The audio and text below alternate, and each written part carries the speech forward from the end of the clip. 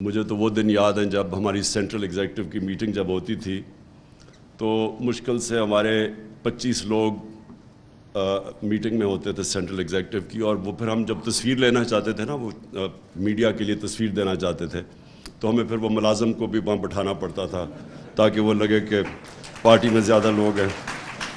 اور مجھے اپنی عورتوں کی تنظیم بھی بڑی اچھی طرح یاد ہے، جب ہم عورتوں کی میٹنگ کرتے تھے تو وہ بھی پھر اپنے گھر کی ملازمہ بھی لے کے آیا کرتی تھی تاکہ وہ ذرا نمبر لگیں کہ ہماری کوئی عورتوں کی بھی تنظیم ہے۔ تو وہ ایک ایسی پارٹی کی ایولوشن اس کی ہوئی جو کسی اور پاکستان کی تاریخ میں پولیٹیکل پارٹی کی ایسی ایولوشن نہیں ہوئی۔ ایک ہی پارٹی تھی، پیپلز پارٹی، جو کہ ہمارے سامنے 4 سال میں ایک دم اقتدار میں آ گئی، لیکن وہ اس پروسیس سے نہیں گزری جس پروسیس سے ہم گزرے۔ اور وہ جو 2 مین پارٹیز تھی، 2 پارٹی سسٹم، وہ ہمارے سامنے دونوں پارٹیز سکڑتی گئی ہیں۔ جو کہ فیڈرل پارٹیز تھی وہ چھوٹی ہوتی ہوتی اب رہ گئی ہیں، پروونسز بھی، اس کے بھی ایک سینٹرل پنجاب میں رہ گئی ہے، انٹیریئر سندھ کی پارٹی رہ گئی ہے۔ تو ہمیں ان سے بھی سیکھنا چاہیے کہ کیا وجہ ہے۔ ایک انسان اپنی غلطیوں سے سیکھتا ہے، ایک دوسروں کی غلطیوں سے سیکھتا ہے۔ تو ہم نے جو سب سے چیز ریئلائز کی کہ پارٹی کبھی گرو کر ہی نہیں سکتی اگر وہ ادارہ نہیں بنتی اور اس میں میرٹ نہیں ہوتا، اور میرٹ تب آتا ہے جب پارٹی کے اندر الیکشنز ہوتے ہیں۔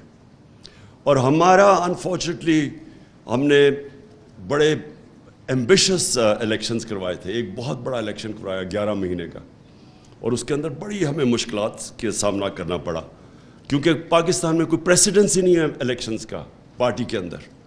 تو ہم نے اپنی طرف سے ایک پورا سسٹم ڈیولپ کرنے کی کوشش کی جو پوری طرح کامیاب نہیں ہوا۔ پھر ہم نے دوسری دفعہ ٹیکنالوجی کا استعمال کیا، وہ بھی انفارچونیٹلی وہ سسٹم ایسا تھا کہ پریکٹیکل جب اینڈ میں ہم نے اس کو ٹیسٹ کیا تو وہ ٹیکنالوجی وہ کامیاب نہیں ہوا۔ تو پارٹی کے الیکشنز کی سب سے امپورٹنٹ چیز یہ ہوتی ہے کہ جو الیکشن ہو وہ فری اینڈ فیئر ہو، لوگ سمجھیں، اس کو پروسیس میں بلیو کریں۔ اگر آپ کا الیکٹرل پروسیس ٹھیک نہیں ہے تو بجائے وہ پارٹی کو مضبوط کرنے کی وہ کمزور کر دیتا ہے۔ آپس میں لڑائیاں ہو جاتی ہیں، جب ایک بلیو ہی نہیں کرتے لوگ کہ یہ پروسیس ٹھیک ہوا تو پھر اندر آپس میں پارٹی کے اندر ڈویژنز پیدا ہو جاتی ہیں، تو وہ بجائے پارٹی کو مضبوط کرنے کے کمزور کر دیتی ہے۔ جس طرح کرکٹ کی دنیا میں جب نیوٹرل امپائرز آئے، نیوٹرل امپائر سے پہلے بھی ایک کرکٹ کی 150 سالہ تاریخ تھی، اور نیوٹرل امپائرز کے باہر بعد بھی جو کرکٹ دیکھتے ہیں انہوں نے ایک اس کا وہ جو فیز دیکھا ہے۔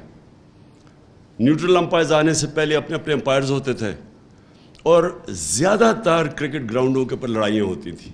جو ہارتا تھا وہ کہتا تھا امپائرز کی وجہ سے ہار گیا، اور بڑی بدمزگی ہوتی تھی۔ جب سے نیوٹرل امپائرز آئے، اور اس میں ہم پائنیئرز تھے، سب سے پہلے پاکستان نے اس کو چیمپئن کیا، اور ہم نے 1986 میں پہلی دفعہ دنیا میں نیوٹرل امپائرز کھڑے کیے۔